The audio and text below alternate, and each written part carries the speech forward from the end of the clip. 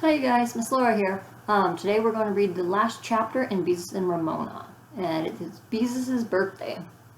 When Beezus came home from school on that afternoon of her 10th birthday, she felt that so far the day had been perfect. Packages by her plate at breakfast, a new dress to wear to school, the whole class singing happy birthday just for her, but the best part was still to come. Aunt Beatrice was coming for dinner. Beezus could hardly wait to tell her aunt about acting the part of Sacagawea leading Lewis and Clark across the plains to Oregon at the PTA meeting, and of course Aunt Beatrice would bring more presents, very special presents, because she was Aunt Beatrice's namesake. And at dinner there would be a beautiful birthday cake with 10 candles. Mother had probably worked all afternoon baking and decorating the cake, and now had it hidden away in the cupboard. When Mother kissed Beezus, she had said, "I'm sorry, Beezus, but I'll have to ask you to keep Ramona out of the kitchen for a while." "Why?" asked Beezus, thinking her mother was planning a surprise. "So I can bake your birthday cake," Mother explained. "It isn't baked yet?" exclaimed Beezus. "Oh, Mother." "This has been one of those days when I couldn't seem to get anything done," said Mother. "It was my morning for the nursery school carpool. After I picked up all the children and drove them to nursery school and came home and did the breakfast dishes and made the beds, it was time to pick up the children again and take them all home again. And after lunch I started the cake and had just creamed the sugar and butter in the mixer when I was called to the phone. When I came back, what do you think had happened?" "What?" asked Beezus, pretty sure Ramona had something to do with it. "Ramona had dropped all the eggs in the house into the batter and had started the mixer," said Mother. "Shells and all?" asked Beezus, horrified. "Shells and all," Mother said. "And so I had to get out of the car again and drive to the market and buy more eggs." "Ramona, why did you have to go and do a thing like that for?" Beezus demanded of her little sister, who was playing with her doll Bendix. "To see what would happen," answered Ramona. "She doesn't look a bit sorry," thought Beezus crossly, "spoiling my birthday cake like that." "Don't worry, dear, there's still plenty of time to bake another. If you'll just keep Ramona out of the kitchen, I can get it into the oven in no time at all." That made Beezus feel better. At least she would have a birthday cake, even if it did mean looking after Ramona for a while. "Read to me," Ramona demanded. "Read about Big Steve." "I'll read to you," said Beezus, "but I won't read that book." She really wanted to read one of her birthday books called 202 Things to Do on a Rainy Afternoon, but she knew Ramona would insist on a story. "How about Hansel and Gretel?" she asked. Next to stories with lots of noise, Ramona liked stories about witches, goblins, or ogres. "Yes, I like Hansel and Gretel," agreed Ramona as she climbed onto the Davenport and sat Bendix beside her. "Okay, I'm ready now. You can begin." Beezus curled up at the other end of the Davenport with Grimm's fairy tales. "Once upon a time," she began, and Ramona listened contentedly. When she did not have to make noise like machinery, Beezus enjoyed reading to Ramona, and this afternoon reading aloud was particularly pleasant, with Mother in the kitchen baking a birthday cake. As Beezus read, she listened to the whir of the mixer and the sound of eggs being cracked against the bowl. Beezus read about Hansel leaving a trail of crumbs behind him as he and Gretel went into the woods, read the part Ramona liked best about the witches trying to fatten up Hansel. Ramona listened wide-eyed until Beezus came to the end of the story when Gretel pushed the witch into the oven and escaped through the woods with her brother. "That's a good story," said Ramona as she jumped down from the Davenport. Surprised that Ramona didn't demand another story, Beezus picked up 202 Things to Do on a Rainy Afternoon and began to read. She was learning how to make a necklace out of beans and pumpkin seeds painted with fingernail polish when a lovely sweet vanilla fragrance began to fill the house. Beezus knew her birthday cake was safely in the oven at last. Ramona's unusual silence made Beezus glance up from her book. "Ramona," she cried when she saw what her little sister was doing, "stop that right away."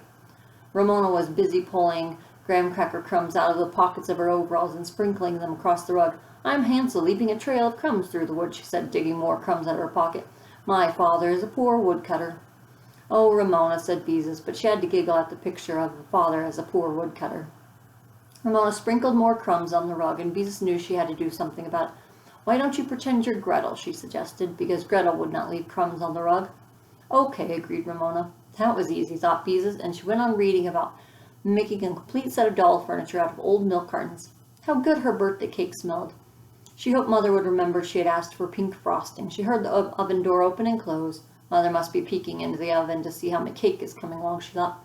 Beezus read on, absorbed in the directions for making a vase out of an old tomato juice can. "Something smells funny," she thought as she turned a page. Then she stopped and sniffed. The air was no longer filled with the lovely warm fragrance of a baking cake. It was filled with a horrid rubbery smell.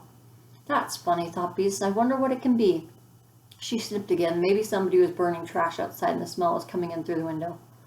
Mother came into the living room from the bedroom. Beezus, do you smell something rubbery? She asked. Yeah, and it smells awful, said Beezus. Ramona held her nose. Mother sniffed again. It smells as if something is scorching, too. Beezus went into the kitchen where she found the smell so strong it made her cough. It's worse in here, Mother, she called as she looked to see if anything was burning on the stove. Then Beezus remembered the oven. Mother, you don't suppose something has happened to my birthday cake again? Of course not, said Mother, coming into the kitchen and opening the window. What could have happened to it? Just to be sure, Beezus cautiously opened the oven door. Mother, she cried, horrified at what she saw. Look! Ramona's rubber doll, Bendix, leaned over the edge of the cake pan, her head and arms buried in the batter. Her dress was scorched to a golden tan. Oh, Mother, repeated Beezus. Her birthday cake, her beautiful, fragrant birthday cake was ruined. Is the witch done yet? Ramona asked. Ramona, began Mother and stopped. She couldn't think of anything to say. Silently, she turned the oven off and with a pot holder pulled out the doll and the remains of the cake.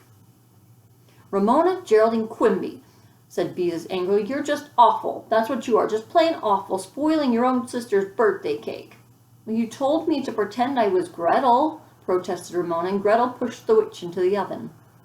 Beezus looked at the cake and burst into tears. Ramona promptly began to cry too.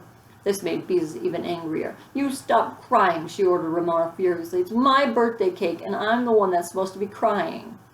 Girls, said Mother in a tired voice. Ramona, you've been very naughty. You know better than to put anything into the oven. Now go to your room and stay there until I can say you can come out. Sniffling, Ramona started towards the bedroom. And don't you dare put your toys on my bed, said Beezus. Mother, can you fix the cake? I'm afraid not, said Mother as she poked the cake with her finger. It's fallen, and anyways, it would probably taste like burnt rubber. Beezus tried to push the tears out of her eyes. Ramona always spoils everything. Now I won't have any birthday cake, and Aunt Beatrice is coming in. It won't be like a birthday at all. I know Ramona is a problem, but we'll just have to be patient, because she's little, said Mother as she scraped the cake into the garbage can. And you will still have a cake. I'll phone your Aunt Beatrice and have her bring one from the bakery. Oh, Mother, will you? Asked Beezus. That's what I'll do, said Mother. Now run along and wash your face and you'll feel better. But as Beezus held her face cloth under the faucet, she was not at all sure she would feel better. For Ramona to spoil one birthday cake was bad enough, but two? Probably nobody else in the whole world had a little sister who had spoiled 2 birthday cakes on the same day. Beezus scrubbed away the tear stains, feeling more and more sorry for herself for having such a little sister. If Ramona were only bigger, things might be different. But since she was so much younger, she would always be, well, a pest. Then the terrible thought came back to Beezus again. She thought that she had the time Ramona bit the thought she had that time Ramona bit into all the apples and the time she shoved the dog in the bathroom. She tried not to think the thought, but she couldn't help it. There were times when she did not love Ramona. This was one of them. Everyone knew sisters were supposed to love each other. Look how much Mother and Aunt Beatrice loved each other. Beezus felt very gloomy indeed as she dried her face. She was a terrible girl who did not love her little sister, like a wicked sister in a fairy tale. And on her birthday, too, a day that was supposed to be happy. When Beezus went into the living room, Mother switched off the vacuum cleaner, which had been sucking up the crumbs that Ramona had sprinkled on the rugs. Aunt Beatrice said she would be delighted to bring a cake. She knows a bakery that makes very special birthday cakes. You mustn't let Ramona spoil your birthday. Beezus felt a little better. She curled up on the Davenport again with 202 things to do on a rainy afternoon and read about making Christmas tree ornaments out of cellophane straws until she heard her aunt's car turn into the driveway. Then she flung her book aside and ran out to greet her. Happy birthday, darling, cried Aunt Beatrice as she set the brake and opened the door of her yellow convertible. Joyfully, Beezus ran over to the car and kissed her aunt. Did you bring the cake? She asked. I certainly did. The best birthday cake I could find. And that isn't all I brought. Here, help me carry these packages while I carry the cake. We mustn't let anything happen to this cake. And the way Aunt Beatrice laughed made Beezus laugh too. Her aunt gave her 3 packages to carry, 2 large and 1 small to carry. The little packages for Ramona so she won't feel left out. Mother came out of the house and hugged her sister. Hello, Bee. I'm so glad you could come. What would I ever do without you? It's good to see you, Dorothy, answered Aunt Beatrice. And what's an aunt for if she can't come to the rescue with a birthday cake once in a while? As Beezus watched her mother and her aunt arm in arm go in the house, she thought how different they were. Mother so tall and comfortable looking, and Aunt Beatrice so small and happy, and yet how happy they looked together. Smiling, Beezus carried the gifts into the house. Aunt Beatrice always brought such beautiful packages wrapped in fancy paper and tied with big fluffy bows. Aunt Beatrice handed the cake box to Mother. "Be sure to put it in a safe place," she said, laughing. "May I open the packages now?" Beezus asked eagerly, although she felt it was almost too bad to untie such a beautiful bow. "Of course you may," answered Aunt Beatrice. "Where's Ramona?" A subdued Ramona came out of the bedroom to receive her present. She tore off the wrapping, but Beezus painstakingly untied the ribbon on one of her presents and removed the paper carefully so she wouldn't tear it. Her new book, 202 Things to Do on a Rainy Afternoon, suggested pasting pretty paper on a gallon ice cream carton to make a wastebasket. "Oh, Aunt Beatrice," exclaimed Beezus as she opened the first package. It was a real grown-up sewing box. It had 2 sizes of scissors, a big, fat red pincushion that looked like a tomato, an emery bag that looked like a ripe strawberry, and a tape measure that pulled out of a shiny box. When Beezus pushed the button on the box, the tape measure snapped back inside. The box also had needles, pins, and a thimble. Beezus never wore a thimble, but she thought it would be nice to have one in case she ever wanted to use one. "Oh, Aunt Beatrice," she said, "it's the most wonderful sewing box in the whole world. I'll make you 2 pot holders for Christmas." Then, as Aunt Beatrice thought, Beezus clapped her hand over her mouth. The pot holder was supposed to be a surprise. Ramona had unwrapped a little steam shovel made of red and yellow plastic, which she was now pushing happily along the rug. Breathlessly, Beezus lifted the lid of the second box. "Oh, Aunt Beatrice," she exclaimed as she lifted out a dress that was a lovely shade of blue. "It's just the right shade of blue to match your eyes," explained Aunt Beatrice. "Is it really?" asked Beezus, delighted that her pretty young aunt liked blue eyes. She was about to tell her about her role in the play when Father came home from work, and before long dinner was on the table. Mother lit the candles and turned off the dining room light. "How pretty everything looks," thought Beezus. "I wish we had candles on the table every night." After Father had served the chicken and mashed potatoes and peas, and Mother had passed the hot rolls, Beezus decided the time would come again to tell her aunt about the play. "Do you know what I did last week?" she explained. "I want some jelly," said Ramona. "You mean please pass the jelly," corrected Mother while Beezus waited patiently. "No, what did you do last week?" asked Aunt Beatrice. "Well, last week Beezus began again. "I like purple jelly better than red jelly," said Ramona. "Ramona, stop interrupting your sister," said Father. "Well, I do like purple jelly better than red jelly," insisted Ramona. "Never mind," said Mother. "Go on, Beezus." "Last week," said Beezus, looking at her aunt, who smiled as if she understood. "Excuse me, Beezus," Mother cut in. "Ramona, we do not put jelly on our mashed potatoes." "But I like jelly on my mashed potatoes," said Ramona as she stirred the potato and jelly with her fork. "Ramona, you heard what your mother said." Father looked stern. "If I can put butter on my mashed potatoes, why can't I put jelly? I put butter and jelly on toast," said Ramona. Father couldn't help but laugh. "That's a very hard question to answer." "But Mother," Beezus began. "I like jelly on my mashed potatoes," interrupted Ramona, looking sulky. "You can't have jelly on your mashed potatoes because you aren't supposed to," said Beezus crossly, forgetting about the play for a moment. "That's as good an answer as any," agreed Father. "There are some things we don't do because we aren't supposed to." Ramona looked even more sulky. "Where is my merry sunshine?" Mother asked. Ramona scowled. "I am too a merry sunshine," she shouted angrily. "Ramona, you may go to your room until you can behave yourself," said Mother quietly. "And serves you right too," thought Beezus. "I am too a merry sunshine," insisted Ramona as she got down from the table and ran out of the room. Everyone was silent for a moment. "Beezus, what was it you were trying to tell me?" Aunt Beatrice asked. And finally Beezus got to tell her about leading Lewis and Clark to Oregon with a doll tied to Mother's breadboard for a papoose, and how her teacher had told her what a clever girl she was to think of using a breadboard for a papoose board. Somehow she did not feel the same about telling the story after all of Ramona's interruptions. Being in the play for the PTA did not seem very important now. No matter what she did, Ramona always managed to spoil it. Unhappily, Beezus went on eating her chicken and peas. It was another one of those terrible times when she did not love her little sister. "You mustn't let Ramona get you down," whispered Mother. Beezus did not answer. What a terrible girl she was to not to love her little sister. How shocked and surprised Mother would be if she knew. "Beezus, you look as if something is bothering you," remarked Aunt Beatrice. Beezus looked down at her plate. How could she ever tell her such an awful thing? "Why don't you tell us what's wrong? Perhaps we could help." She sounded so interested and so understanding that Beezus discovered she really wanted to tell her what was on her mind. "Sometimes I just don't love Ramona," she blurted out to get it over with. There, she had said it right out loud, and on her birthday too. Now everyone would know what a terrible girl she was. "Oh my goodness, is that all that bothers you?" Mother sounded surprised. Beezus nodded miserably. Well, there's no reason you should love Ramona all the time, Mother went on. After all, there are probably lots of times when she doesn't love you. Now it was Beezus' turn to be surprised. Surprised and relieved at the same time. She wondered why she hadn't thought of it that way before. Aunt Beatrice smiled. Oh, Dorothy, she said to Mother, do you remember the time that and she began to laugh so hard she couldn't finish the sentence. You took my doll with the beautiful yellow curls and dyed her hair with a black shoe dye, finished Mother, and the two grown-up sisters went into gales of laughter. I didn't love you a bit that time, admitted Mother. I was mad at you for days. And you were always so bossy because you were older, said Aunt Beatrice. I'm sure I didn't love you at all when you made me supposed to take me to school and made me walk 6 feet behind you because you didn't want people to know that you had to look after me. Mother, exclaimed Beezus in shocked delight. Oh, did I do that? I'd forgotten all about that, laughed Mother. What else did Mother do? Beezus asked eagerly. She was terribly fussy, said Aunt Beatrice. We had to share a room and she used to get mad because I was untidy. Once she threw all my paper dolls into the wastebasket because I'd left them on her side of the dresser.